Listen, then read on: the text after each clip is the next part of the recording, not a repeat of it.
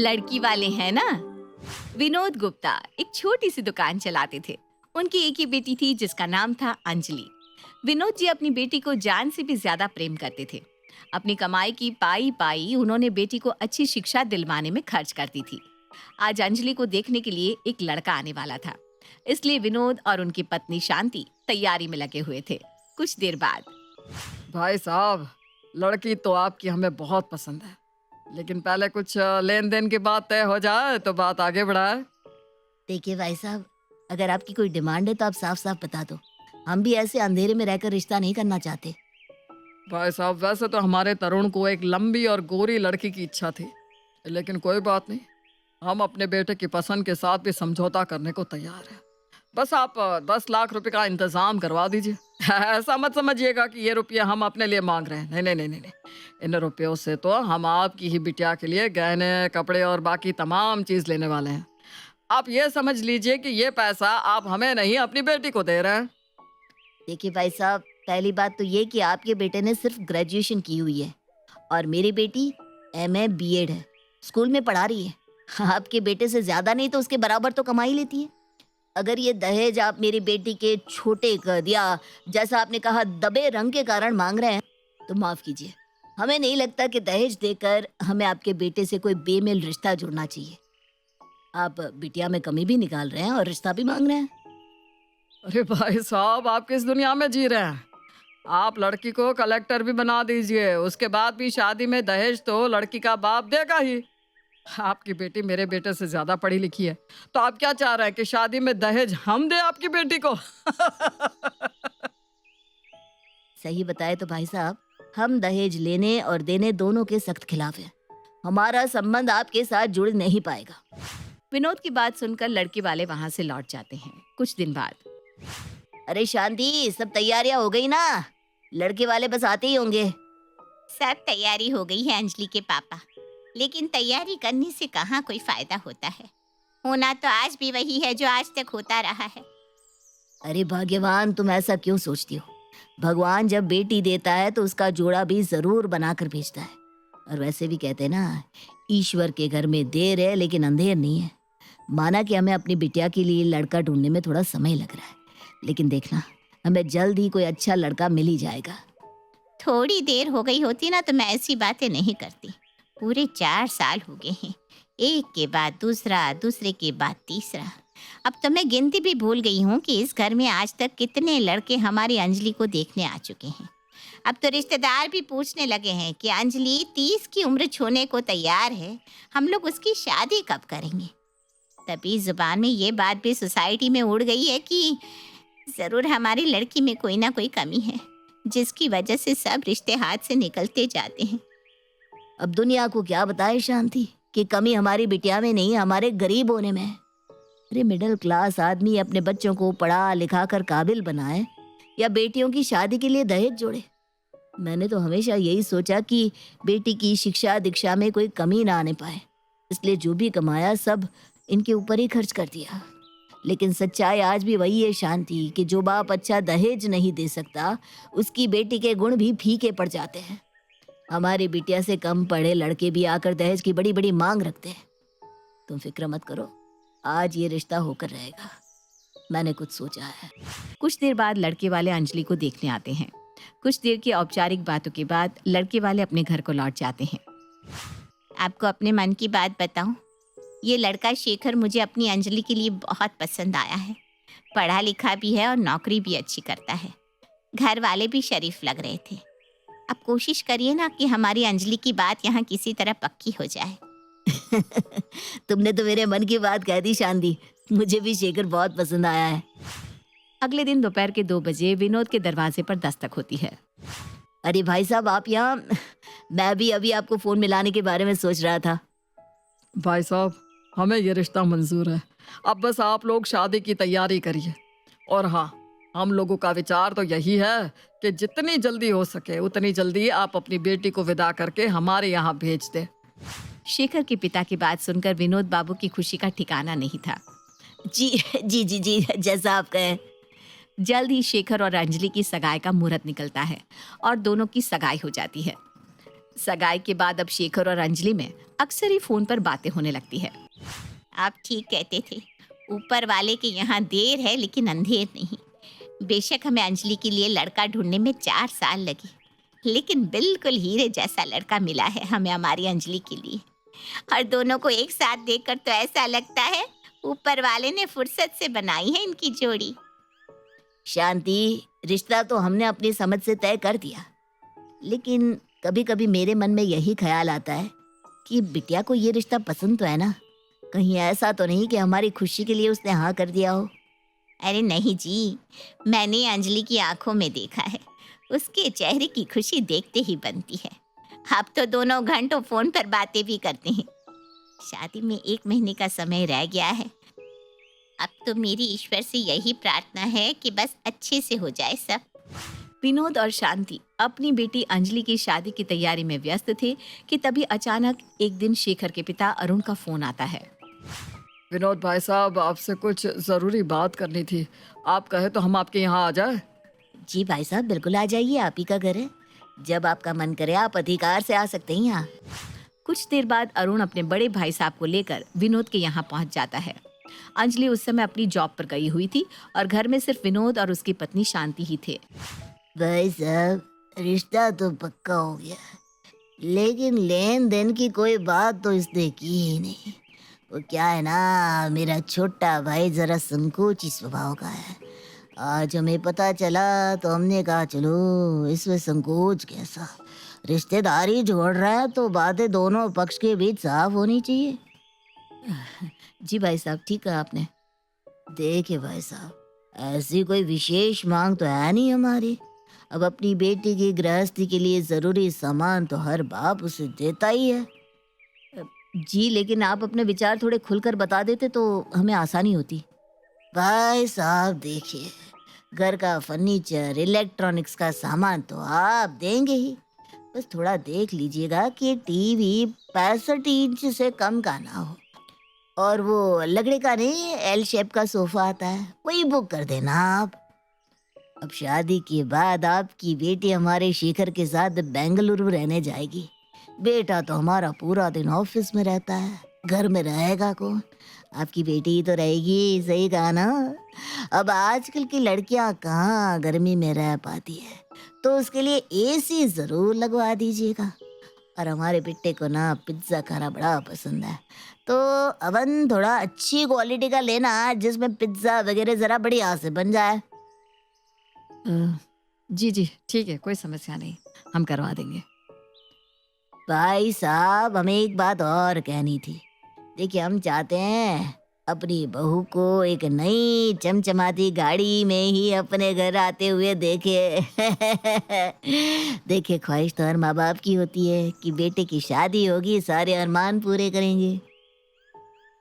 वैसे सच बताऊं तो गाड़ी का मेरा बजट नहीं है, लेकिन फिर भी बच्चों की खुशी से बढ़कर कोई चीज़ नहीं है।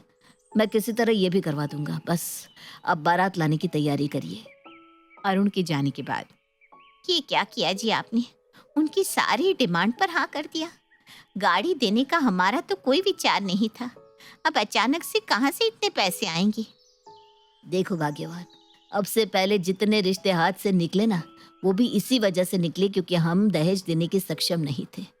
अब तो सगाई भी हो चुकी है। अब एक और रिश्ता दहेज के लिए तोड़कर मैं अपनी बेटी का गुनहगार नहीं बनना चाहता। अरे, सारे समाज के सामने तमाशा बन जाएगा मेरी बिटिया का। तुम चिंता मत करो, मैं किसी तरह इंतजाम कर लूंगा। लेकिन ये तो गलत बात है ना कि सगाई से पहले तो उन्होंने अपनी कोई डिमांड हमारे सामने नहीं रखी और अब अचानक से इनकी डिमांडें सामने आ रही है। अरे भाग्यवान, हम लड़की वाले हैं। लड़के वालों की 10 गलत बातें बर्दाश्त करनी पड़ती है, तब जाकर बेटी का घर बसता है। अच्छा, अंजलि का स्कूल से लौटने का समय हो रहा है। तुम ये चिंता की लकीर अपने माथे से हटा दो और खुशी खुशी शादी की तैयारियों में लग जाओ। पैसे लेकर आने का काम मेरा है। 10 दिनों में शादी है। अपने दिमाग में बेकार की बातों को घर करने मत दो। और एक बात का खास ख्याल रखना, अंजलि के सामने ऐसी वैसी कोई बात ना होने पाए। तुम तो जानती हो हमारी बेटी कितने उसूलों वाली है। अगर उसे पता चला कि शेखर के पापा ने हमसे दहेज में गाड़ी और बाकी सामान मांगा है, तो कहीं वो शादी से इनकार ना कर दे।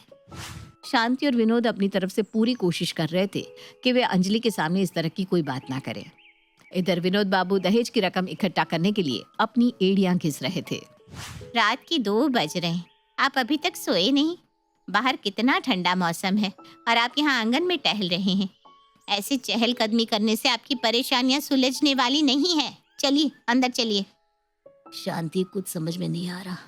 लाख कोशिश करने के बाद भी गाड़ी के लिए रुपए पूरे नहीं हो पा रहे। मेरे पास आपकी समस्या का हल है, बस आप वादा करिए इनकार नहीं करेंगी।